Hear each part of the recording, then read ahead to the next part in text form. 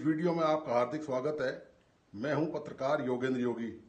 दोस्तों, उत्तर प्रदेश देश का बहुत बड़ा राज्य है और अब लगता यह है कि उत्तर प्रदेश में कोई समस्या नहीं रह गई है। उत्तर प्रदेश में ना बेरोजगारी की समस्या है, ना अपराध की समस्या है, ना शिक्षा की समस्या है, ना बिजली पानी और सड़क की समस्या है। तो उत्तर प्रदेश लगता ऐसा है कि समस्या विहीन यदि राज्यों में शामिल किया जाए तो वो उत्तर प्रदेश का शायद उसमें नाम हो, लेकिन हकीकत ऐसी नहीं है। उत्तर प्रदेश में वो तमाम समस्याएं मौजूद हैं, बल्कि बहुत ज्यादा मौजूद हैं, जो पूरे देश में किसी भी राज्य में कम या ज्यादा की संख्या में है या कम या ज्यादा की तादाद में समस्याएं मौजूद हैं। ऐसी तमाम समस्या जिनका निराकरण होना चाहिए और उनके निराकरण की जिम्मेदारी सरकार पर होती है, विपक्ष पर होती है। चुनाव इसलिए किए जाते हैं कि हम अपने पसंद का विधायक सांसद चुन सकें और उनके जरिए अपने क्षेत्र के विकास की बात करें, अपनी समस्याओं के समाधान का प्रयास करवाया जाए उनके माध्यम से, और इसलिए उनको चुनकर संसद में और विधानसभाओं में भेजा जाता है। लेकिन यहाँ दोस्तों, उत्तर प्रदेश की जहां तक मैं बात करूं तो यहाँ पर उल्टा हाल है। समाजवादी पार्टी के सांसद, राज्यसभा सांसद, जो पूरे उत्तर प्रदेश का प्रतिनिधित्व करते हैं, उन्होंने बजाय उत्तर प्रदेश की किसी समस्या का जिक्र करने के लिए संसद में उन्होंने परसों उन्होंने किसी समस्या का जिक्र नहीं किया वहां पर, बल्कि उन्होंने ये मान लिया शायद कि उनकी दृष्टि में कि वहां कोई समस्या के लायक सदन में, संसद में कोई चर्चा नहीं है। तो उन्होंने जिक्र किया राणा सांगा का। मतलब इतिहास के वापिस फिर से पन्ने पलटते हुए गड़े मुर्दे उखाड़ने का काम और वोट बैंक साधने का तरीका है कि किस तरह से मुसलमानों को खुश किया जा सके वोट बैंक के जरिए। तो समाजवादी पार्टी के राज्यसभा सांसद रामजीलाल सुमन ने बयान दिया संसद में कि राणा सांगा गद्दार थे और राणा सांगा ने ही बाबर को, लोधी को हराने के लिए भारत में आमंत्रित किया। और उन्होंने बाकायदा भारतीय जनता पार्टी के लिए कहा कि इनके डीएनए में गद्दारी का खून है, राणा सांगा का खून है, क्योंकि राणा सांगा गद्दार थे। तो दोस्तों, बात तो कुछ ऐसी थी निश्चित तौर पर कि आग लगाई थी तो वो आग तो फैलनी थी, उसको हवा तो फिर आप जानते हैं कि ऐसे मुद्दों को लेकर तो हवा बहुत तेजी से फैलती है। पिछले दिनों आपने देखा होगा कि औरंगजेब का जो विवाद था कब्र की लेकर कि इसकी कब्र हटाई जाए महाराष्ट्र से, उसको लेकर कितना भारी पूरे देश में हंगामा खड़ा हुआ। और इस हंगामे के कारण आप जानते हैं कि ऐसे मुद्दों पर जब आप चर्चा करेंगे, इनको उकसाने का जब आप प्रयास करेंगे, तो निश्चित तौर पर इसके दुष्परिणाम, इसके गंभीर परिणाम आपके और हमारे सबके सामने होंगे। तो औरंगजेब की कब्र के मामले को लेकर आपको पता है कि जब ये मामला उकसाया गया तो नागपुर में हिंसा भड़क उठी और कई लोगों की वहां पर मौत हो गई और कर्फ्यू वहां लगाना पड़ गया। इसी तरह पिछले दिनों उत्तर प्रदेश के संभल जिले में आपको पता है कि मंदिर मस्जिद विवाद हुआ था, उसमें भी 4-5 लोग पुलिस की गोली से मारे गए और भीड़ को काबू करने के लिए पुलिस ने फायरिंग करी वहां पर। तो ये तो इस तरह के मुद्दे हैं दोस्तों। ये नेताओं के लिए बड़ा आसान है तौर तरीका कि इस तरह के मुद्दों को आप सामने लेके आए, क्योंकि बाकी मुद्दे में बड़ी दिक्कत है दोस्तों। दिक्कत क्या है? दिक्कत ये है कि यदि आपको कोई भी मुद्दा विधानसभा या लोकसभा में या राज्यसभा में उठाना है तो पूरी स्टडी करनी पड़ेगी, वो पूरा मेहनत मांगती है। फिर यदि मेहनत मांगती है, स्टडी करनी पड़ेगी, उसके साथ पूरा माथापच्ची करनी पड़ेगी और सारे आंकड़े निकालने पड़ेंगे, सारा रिसर्च करना पड़ेगा।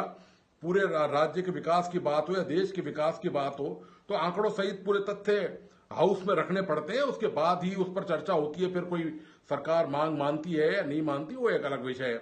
तो लेकिन ऐसे मुद्दे बड़े आसान है, ये हाईली इन्फ्लेमेबल मुद्दे हैं और वोट पकाने पर इनमें बड़ी आसानी रहती है। ऐसे मुद्दों पर तत्काल वोट तेजी से पकते हैं, क्योंकि आप जानते हैं कि देश में आज भी भावनाओं में बहने वाले लोगों की संख्या में कोई कमी नहीं आई है। भावनाओं में बहकर लोग अपना विवेक खो देते हैं और वो जब वोट डालने का जब समय आता है या इस तरह की जब गतिविधियों में भाग लेने का समय आता है तो ये भूल जाते हैं कि वो इस देश के जिम्मेदार नागरिक है और कानून की पालना करना उनका धर्म है और उनका दायित्व है। और उकसाने का काम तो ऐसे नेता लोग दोस्तों अक्सर करते ही रहे। तो रामजीलाल सुमन ने दोस्तों एक ऐसा शगुफा छोड़ दिया कि आग लगा दी, और अब ये आग जो है वो निश्चित तौर पर उसका कुछ ना कुछ असर होना था, तो जबरदस्त असर हो रहा है। इस मामले में राजपूत पहले तो भारतीय जनता पार्टी के गजेंद्र सिंह ने, जो केंद्रीय मंत्री हैं राजस्थान के, उन्होंने जवाब दिया कि ये इस लायक नहीं है और इससे तुलना करना, और उन्होंने बाकायदा समाजवादी पार्टी और उसकी जो सहयोगी पार्टी है उत्तर प्रदेश में कांग्रेस को कटघरे में खड़ा किया। इस मुद्दे को लेकर आज राजस्थान विधानसभा में भी चर्चा हुई। भारतीय जनता पार्टी के विधायक श्रीचंद कृपलानी ने कांग्रेस पर आरोप लगाया कि कांग्रेस इस मुद्दे पर अपनी राय व्यक्त करे कि वो राणा सांगा को क्या मानती है।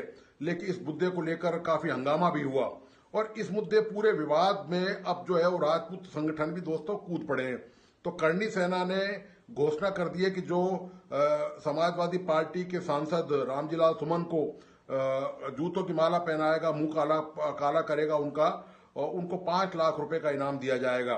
तो अब चूंकि ये गंदगी, तो दोस्तों एक बार जब आपने ढक्कन खोल दिया गंदगी का, फिर आप ये उम्मीद नहीं कर सकते कि इसमें से केवल एक ही तरह की गंदगी बाहर आएगी।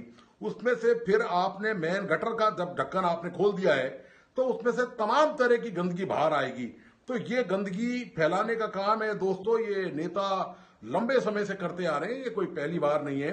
यदि रामजीलाल सुमन उत्तर प्रदेश की कोई बात करते तो उसमें दोस्तों एक समस्या थी, विकास की बात करते, वहां कोई मुद्दों की बात करते, समस्याओं की बात करते, तो उनको दरअसल उनको जवाब मिलता जबरदस्त तरीके से भारतीय जनता पार्टी की तरफ से, क्योंकि समाजवादी पार्टी का शासन वहां पर लोगों ने देखा है उत्तर प्रदेश में, और पूरे देश ने देखा है कि किस तरह माफिया जो है, गैंगस्टर, वो उनके सदस्य और मंत्री रहे, वो उनके विधायक और सांसद रहे वहां पर, जिनको योगी सरकार ने या तो एनकाउंटर में मार गिराया या वो अपनी मौत मर गए।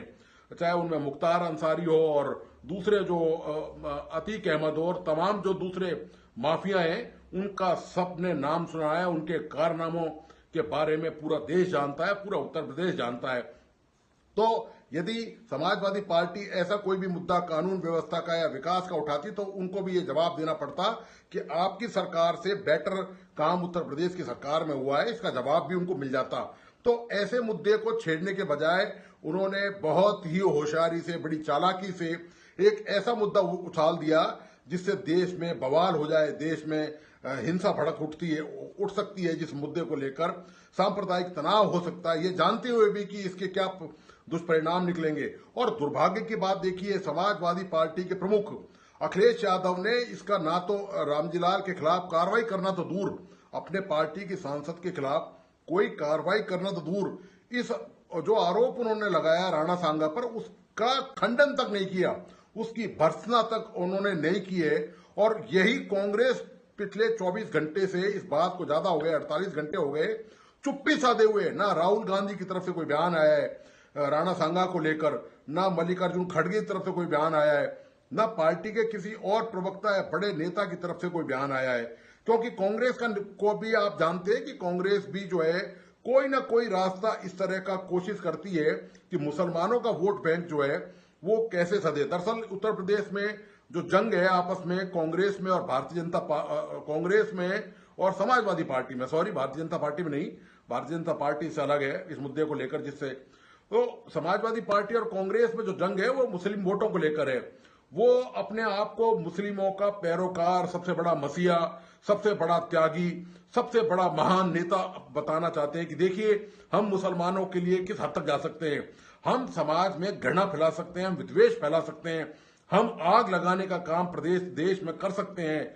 वो केवल कुछ नहीं है दोस्तों, मुसलमानों की जो हालत समाजवादी पार्टी के शासन में हुई है वो सब जानते हैं। ना रोजगार है, ना उनके पास कोई कृषि के उद्योग धंधे हैं, कुछ भी नहीं है। उनकी शिक्षा में कोई बहुत भारी बढ़ोतरी नहीं हुई है, कोई भी किसी प्रकार की सुविधाएं उनके लिए कोई कुछ नहीं दिया गया वहां पर। और वो जो आम लोगों को जो मिलता है वो उनको, यदि इतनी ही चिंता मुसलमानों की होती ना दोस्तों कांग्रेस को और समाजवादी पार्टी को, तो आज उत्तर प्रदेश के मुसलमान पूरे देश में विकास में सबसे आगे दौड़ रहे होते। लेकिन आज यदि वो सबसे पीछे हैं तो उसके लिए जिम्मेदार कांग्रेस और समाजवादी पार्टी जैसे लोग हैं जो उनको सिर्फ वोट बैंक समझते हैं और उनका उपयोग इसी तरह से लड़ाई झगड़े करवाने के जो मुद्दे उछाल कर उनको उलझाए रखते हैं। ये बहुत अच्छा तरीका है दोस्तों वोट गिरने, क्योंकि विकास काम करने में भ्रष्टाचार सामने आ जाता है। विकास के लिए पैसा चाहिए, संसाधन चाहिए, वो इनके पास होते नहीं है, क्योंकि लूट मार जब सत्ता आती है तो भारी लूटमार मचती है, भ्रष्टाचार की गंगा। आप जानते हैं कि समाजवादी पार्टी का जब शासन जब रहा है उत्तर प्रदेश में, तो किस कदर भ्रष्टाचार के बसपा पर और समाजवादी पार्टी पर आरोप लगे थे, और उनमें कई नेता मंत्री के खिलाफ आज भी शायद कार्रवाई चल रही होगी। तो ये दोस्तों हाल है देश के नेताओं का, जिनको आप चुनते हैं कि वो आपकी आवाज विधानसभा और लोकसभा तक, राज्यसभा तक उठाएंगे, आपकी समस्याओं की बात करेंगे, लेकिन इसके विपरीत उनको वो वोट बैंक नजर आता है, वो मुसलमानों का वोट बैंक नजर आता है। और मुसलमानों का इन्होंने कभी कोई भला नहीं किया। ये भी बता दूं मैं आपको कि मुसलमान, मैंने आपको बता दिया कि आज यदि मुसलमान देश में पिछड़े हुए हैं तो वो इन राजनीतिक दलों के कारण पिछड़े हुए हैं। मुसलमानों का इसमें कोई कसूर नहीं है, वो आज निर्दोष है इस बात को लेकर, क्योंकि इन राजनीतिक दलों ने उनको गुमराह किया है। एक कम पढ़े लिखे आदमी को, एक अशिक्षित आदमी को आप आसानी से गुमराह कर सकते हैं, लेकिन एक शिक्षित व्यक्ति को आसानी से आप गुमराह नहीं कर सकते। तो जिस समाज में शिक्षा की रोशनी होती है वो समाज हमेशा जागृत होता है दोस्तों। शिक्षा की रोशनी वहां तक इन्होंने जानबूझकर नहीं पहुंच रही थी, मुसलमानों तक नहीं पहुंचती थी। आज यदि मुसलमानों का तबका 100% पढ़ लिख जाए तो सबसे पहले जो धक्का मारेगा वो मुसलमान इन्हीं नेताओं के मारेगा। ये मैं आपको बता दूं, मुसलमान देश के बहुत शालीन है। ज्यादातर मुसलमान, आप 99.99% समझ लीजिए, उनका कोई लेना देना नहीं है। वो गरीब हैं, वो अपनी मजदूरी करते हैं, अपना पेट पालते हैं, उनको इन विवादों से कोई लेना देना नहीं है। ये कतिपय अराजक तत्व तो हर धर्म, हर समाज के लोगों में आपको मिल जाएंगे, चाहे वो हिंदू हो, मुसलमान हो, क्रिश्चियन हो, सिख हो, कोई हो, कहीं भी चले जाइए आप, कतिपय अराजक तत्व, अशांति फैलाने वाले उपद्रवी तत्व आपको हर जगह मिल जाएंगे। और फिर जब आप उकसाने का काम करेंगे तो निश्चित तौर पर जो कम जानते हैं, जो जिनकी सामाजिक चेतना कम है, निश्चित तौर पर वो कूद पड़ते हैं। और आप औरंगजेब का विवाद आप देख लीजिए, उसमें कौन है? उसमें सारे के सारे हिंदू हैं जो कब्र हटाने की मांग कर रहे हैं। मतलब इतिहास के गड़े मुर्दे उखाड़ कर वोट बैंक पक्का करना नेताओं का शगल है। ये रामजीलाल सुमन ने पहली बार नहीं किया, इससे पहले तमाम दूसरे दलों के नेता भी करते रहे। ऐसा नहीं है, यहां पर दूध का धुला कोई नेता नहीं है, चाहे वो भारतीय जनता पार्टी हो, चाहे कांग्रेस हो, चाहे समाजवादी पार्टी हो, चाहे शिवसेना हो, कोई सी पार्टी हो, सारी पार्टियां दोस्तों एक जैसी हैं। ये एक जैसे नजर आते हैं। जब विकास की, क्योंकि विकास बहुत मेहनत मांगता है, ईमानदारी मांगता है, पारदर्शिता मांगता है, भ्रष्टाचार को दूर करना मांगता है, कानून की पालना मांगता है, तो ये सब तो इनसे हो नहीं पाता। तो वोट लेने के लिए बहुत आसान तरीका है कि देश के लोगों को बरगलाया जाए और अब लगातार सत्ता में बना रहा जाए। ये दोस्तों इस देश के नेताओं की हालत है, ये हमारी किस्मत में लिखे हुए हैं, इसका कोई विकल्प नहीं है हमारे पास। हर 5 साल में चुनाव करके इन्हीं में से किसी एक को चुनना पड़ता है, जिसकी कोई गारंटी नहीं है कि वो ईमानदारी से आपके लिए सोचेगा, आपके भले के लिए सोचेगा, आपके क्षेत्र का विकास करेगा, राज्य का विकास करेगा और इस देश को नई ऊंचाइयों तक ले जाएगा। तो दोस्तों, आपको आज का विश्लेषण कैसा लगा? प्लीज अपने लाइक एंड कमेंट के साथ मुझे बताइए, और इस वीडियो को अपने दोस्तों और तमाम परिजनों को जरूर शेयर करें। मेरी तमाम दोस्तों से विनती है कि प्लीज इस यूट्यूब चैनल को सब्सक्राइब करें, लाइक करें और बेल आइकन का बटन प्लीज जरूर दबाइए। धन्यवाद, नमस्कार।